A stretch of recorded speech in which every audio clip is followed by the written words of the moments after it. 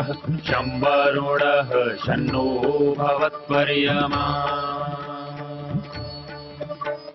शन्न इन्द्रो बृहस्पतिः शन्नो विष्णुरुक्रमः ॐ शान्ति शान्ति शान्तिः।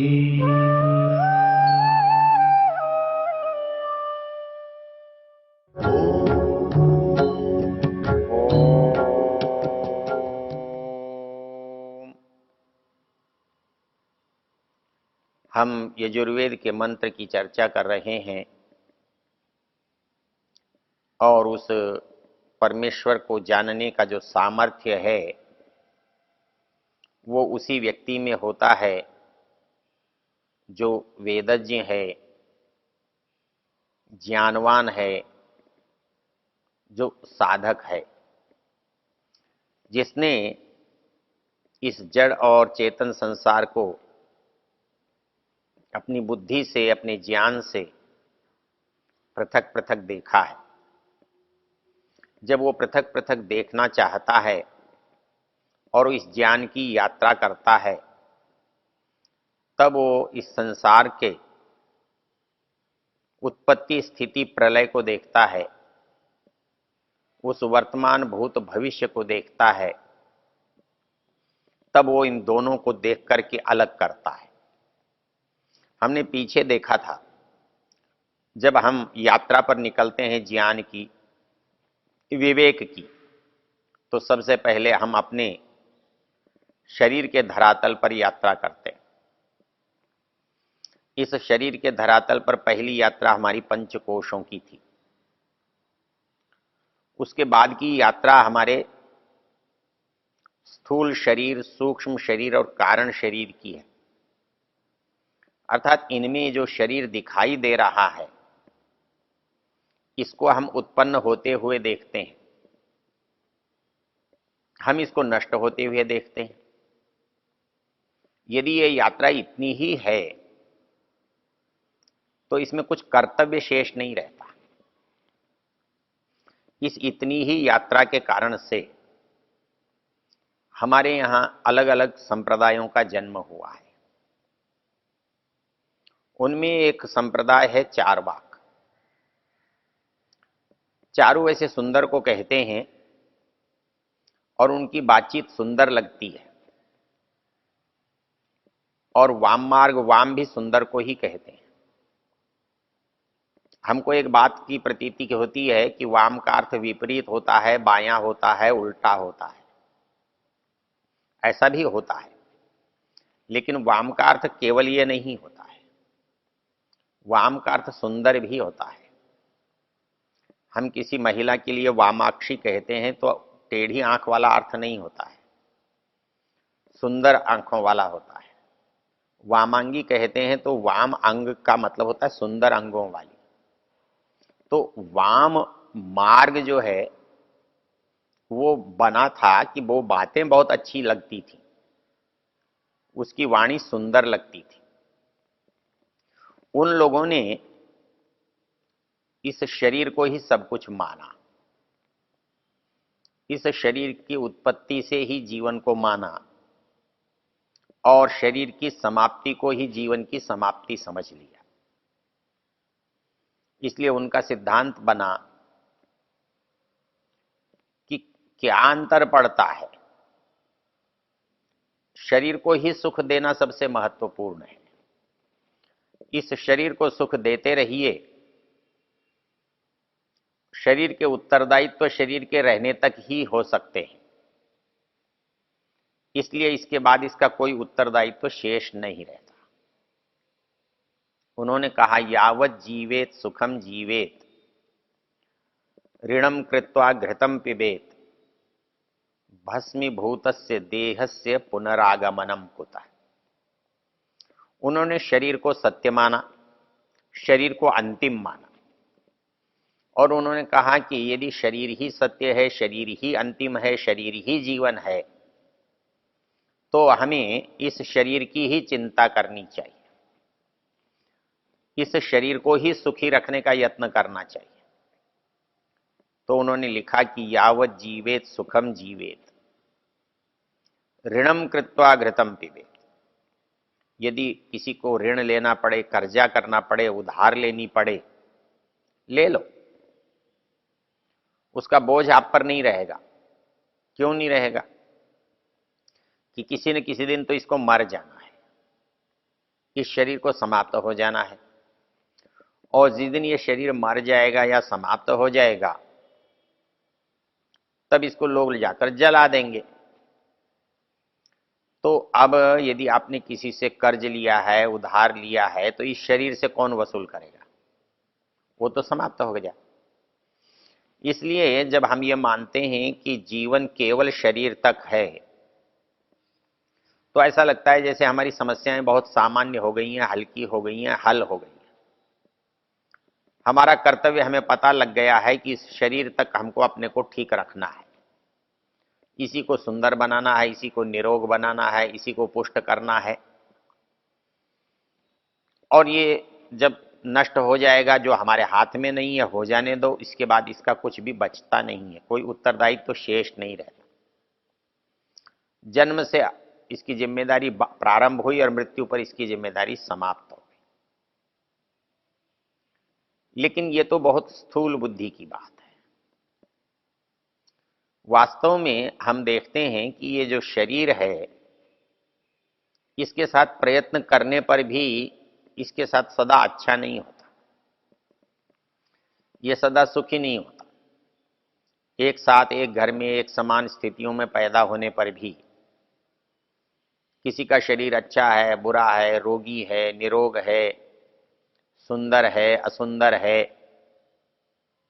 इन सब कारणों को देखकर लगता है कि यात्रा को केवल शरीर तक सीमित करना शायद उचित नहीं है।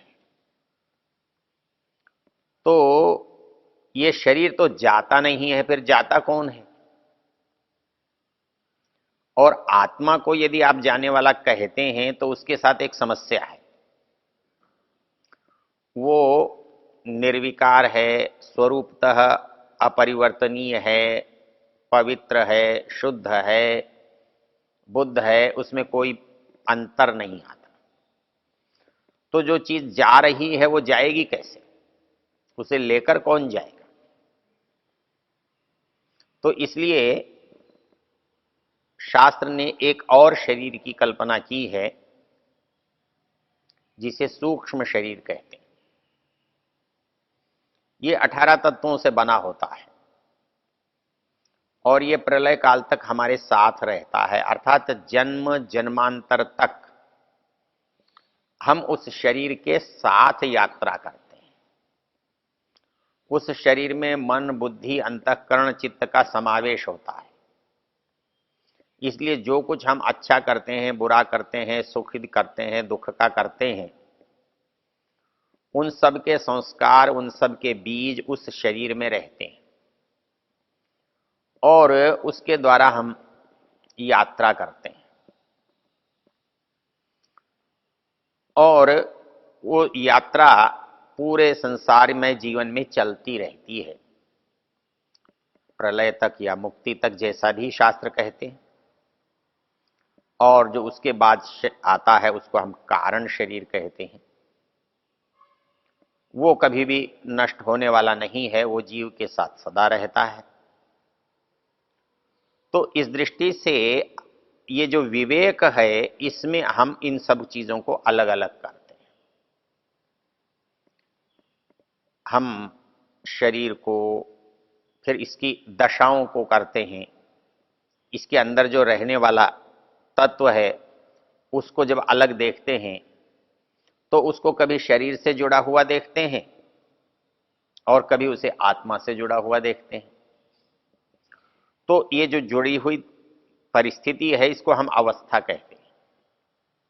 अर्थात जब हमारा आत्मा मन के माध्यम से इंद्रियों से जुड़ा रहता है, जब वो इंद्रियों से काम लेता हुआ होता है, तब हम उसे जागृत कहते हैं।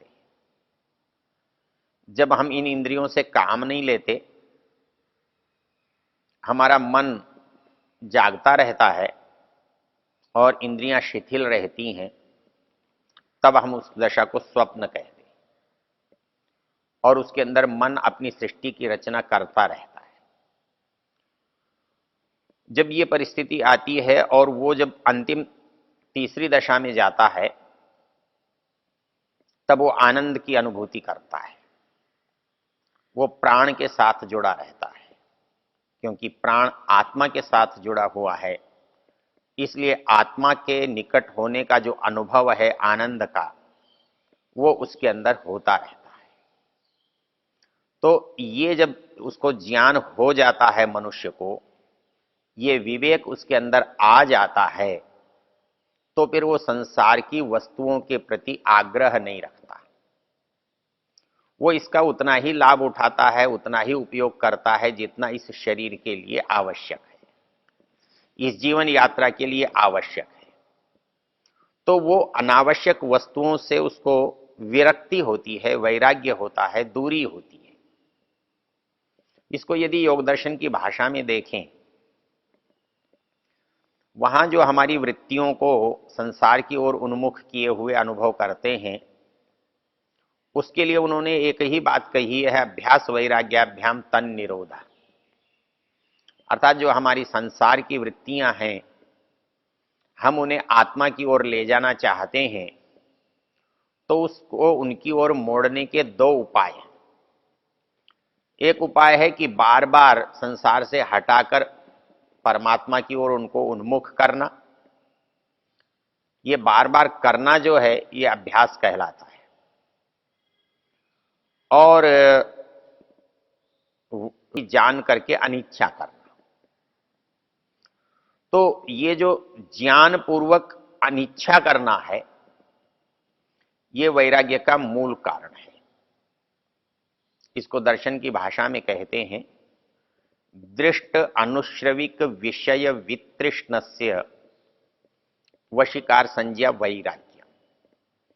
मतलब या तो कोई चीज हमने किसी को लाभ होते हुए, सुख पाते हुए, आनंद मनाते हुए देखा हो, या सुना हो कि स्वर्ग में ऐसा होता है, स्वर्ग में ये मिलता है, स्वर्ग में इतना सुख है, तो ये सुना हुआ होता है। तो वो कहता है दृष्ट हो या अनुश्रविक हो, हमने उसको अनुभव के स्तर पर जिया हो या कल्पना के स्तर पर जिया हो, सुनने के स्तर पर जिया हो, उन दोनों में वितृष्णा होना, दोनों के प्रति अनिच्छा होना, दोनों के प्रति व्यर्थ है ऐसी बुद्धि बनना, इसको वैराग्य कहते हैं। तो ये कहता है कि विवेक के बिना वैराग्य उत्पन्न नहीं होता, और विवेक का अर्थ है ज्ञान। और यही बात इस मंत्र में कही है, प्रतद्वोचेद अमृतम नु विद्वान। जब तक उस अमृत को कोई नहीं जान लेता, उसके गुण कर्म स्वभाव को नहीं जान लेता, उसकी बनाई हुई सृष्टि के गुण कर्म स्वभाव को नहीं जान लेता, वो उस रहस्य तक पहुंच नहीं सकता। इसलिए वो विद्वान बन सकता है तब जब उसके द्वारा दिए गए जो ज्ञान है, गंधर्व है, वेद का जो ज्ञान है, जब इसके द्वारा वो दोनों को जान लेता है, संसार को भी जान लेता है और चेतन को भी जान लेता है, परमात्मा को भी जान लेता है, तो परमात्मा और संसार का दोनों का संबंध भी जान लेता है। तो संबंध के अंदर वो उसकी व्यवस्था को देखता है, सृष्टि की रचना को देखता है, इसके उत्पत्ति स्थिति प्रलय को देखता है। और वो एक बात अनुभव करता है, त्रीणी पदानी निहिता गुहास्य, उसकी उपस्थिति सदा है। जैसे कार्य की दशाओं में है, अर्थात उत्पन्न करते समय, चलाते समय, लय करते समय उसकी उपस्थिति है, वैसी ही वर्तमान में, भूत में, भविष्य में सदा उसकी उपस्थिति होती है। ये भूत, भविष्य, वर्तमान, ये मनुष्य की दृष्टि से है, क्योंकि भूत उसको कहते हैं जो था और है नहीं, भविष्य उसको कहते हैं जो है नहीं होगा, वर्तमान वो है जो सामने है। तो परमेश्वर था भी, है भी, होगा भी। तो उसकी क्रियाओं के साथ, उसकी उस उपस्थिति के साथ, उसकी सत्ता के साथ भूत भविष्य वर्तमान का कोई अर्थ नहीं, जो न तो नष्ट हुआ न नष्ट होगा, जो न उत्पन्न हुआ है न उत्पन्न होगा। तो उसके साथ ये प्रयोग करना, भूत है, भविष्य है, वर्तमान है, इसका कोई औचित्य नहीं बनता, इसकी कोई सार्थकता नहीं बनती। ये अपेक्षा से है मनुष्य की, क्योंकि मनुष्य नहीं था, हो जाए, है, वर्तमान है, था नहीं रहा, भूत हो गया, है नहीं, हो जाएगा, ये भविष्य है। इसलिए ये जो काल की सापेक्षता है, ये मनुष्य को ध्यान में रखकर है।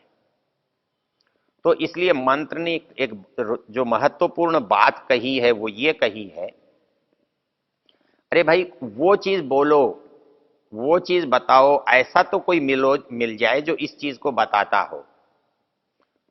तो वो कौन होगा? सपितु पिता सत। जैसे इसलिए मंत्र कहता है कि उस परमेश्वर को जानना चाहिए, और उसको जानने से ही हम उसके परिचय से ही जो हमारा दूसरा स्तर है वो कर सकते हैं, अर्थात उसके से लाभ उठाने का, उसके निकट जाने का, उसके पास जाकर के सुख का अनुभव करने का और दुखों से निवृत्ति करने का। इसलिए वेद ने इस मंत्र के माध्यम से उन सब दुखों से निवृत्ति और सुखों की प्राप्ति के लिए कहा कि प्रतद्वोचेदमृतम नु विद्वान गंधर्वो धाम निभृतम गुहायत त्रीणि पदानि निहिता गुहास्य यस्तानि वेद सपितु पिता सत्। ओ